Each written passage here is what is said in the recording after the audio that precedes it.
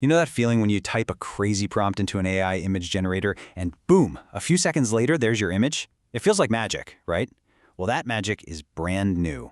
Just a little while ago, you'd be sitting there waiting for minutes, not seconds. So what changed?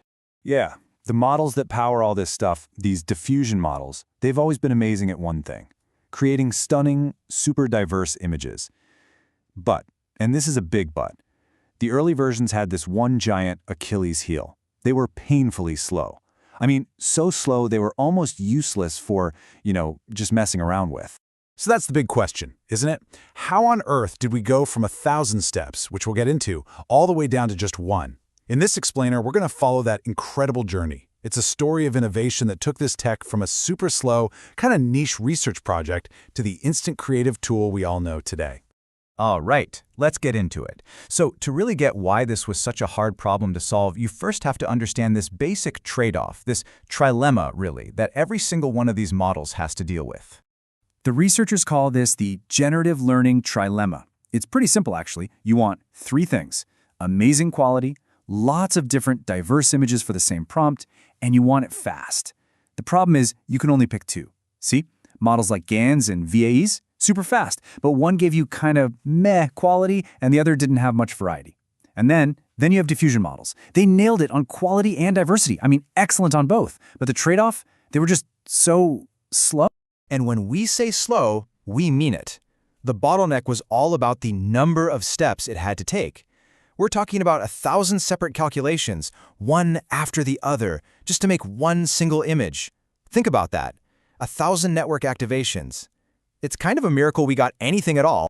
So that brings us to the first huge breakthrough. This paper came out introducing a new method called DDIM, and it was a total game changer. It wasn't just a little speed boost, no, it fundamentally rethought the whole process from the ground up. Okay, so to get this, picture the original process. It's called DDPM, like you're trying to walk down 1,000 steps in a super thick fog. You're starting from just pure static, pure noise, and you're trying to get to a clear image. But with each tiny step, you're adding a little bit of randomness. You're not totally sure where you're going. It's a slow, cautious, uncertain journey. What DDIM did, and this was the genius part, was basically figure out how to flip on the lights. Suddenly, no more fog. Instead of that uncertain step-by-step walk, there's a direct, clear path from the start, the noise, all the way to the finish line, the final image. And when you can see the whole path, well, you don't have to take tiny little steps anymore. You can take giant, confident leaps.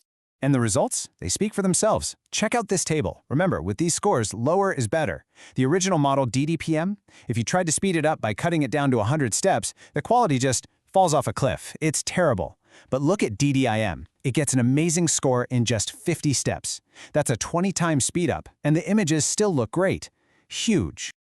Okay, so DDIM broke the dam. The speed problem wasn't impossible anymore, and that opened the floodgates for researchers to come up with even more clever ways to make things faster. Now, it wasn't just about taking bigger steps, it was about taking smarter steps. And a couple of really cool strategies popped up. Think of them like this. The first one, which combines diffusion with GANs, is kind of like hiring a pro athlete to do your long jumps. It uses a GAN, which is another kind of AI that's really fast, to learn how to make these absolutely massive leaps forward. Then there's the other approach, nested diffusion. This one is more like sending a scout ahead. Before you take a big step, it runs a quick, tiny diffusion process to get a blurry sneak peek of where it's headed. That little preview helps it make the next big step way more intelligent. And that scout method has this amazing side effect that the creators call anytime generation. This is so cool. It means you get to see high-quality previews, like almost right away. You don't have to wait until step 50 or 100 to see what you're getting. If you see something you like after just a few steps, you can just stop it right there. You might trade a tiny bit of final polish for a massive gain in speed. No more waiting around blindly. All right, so we've made the steps bigger, and we've made them smarter. What's left?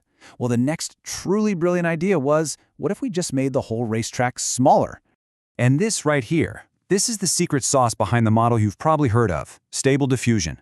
The idea is pure genius. Instead of doing all that heavy lifting on a giant pixel-by-pixel image, you first use this powerful encoder to squish it down into a tiny, compressed version, what they call a latent representation. Then you run the entire diffusion process on that tiny little thing, which is, unbelievably fast. And only at the very end do you use a decoder to blow it back up into a full high-res image. It's just so efficient. Which brings us finally to the finish line. We're talking about the most recent, the most cutting edge, and honestly, the most mind-blowing step in this whole story. This is where we push speed to its absolute logical extreme. So researchers came up with these incredible new approaches, like distillation and consistency models. The core idea is basically like a teacher-student relationship.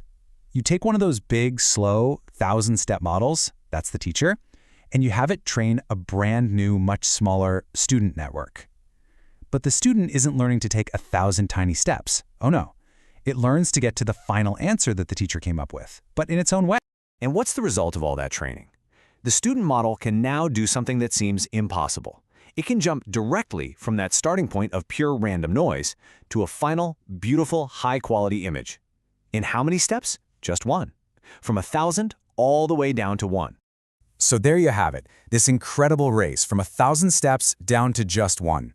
It's a journey that has totally redefined what's possible with AI image generation, and it leaves us with this really powerful question to think about. When an idea can go from just the thought in your head to a photorealistic image in a single computational step, when that friction between imagination and creation basically disappears, what does that mean for the future of human creativity?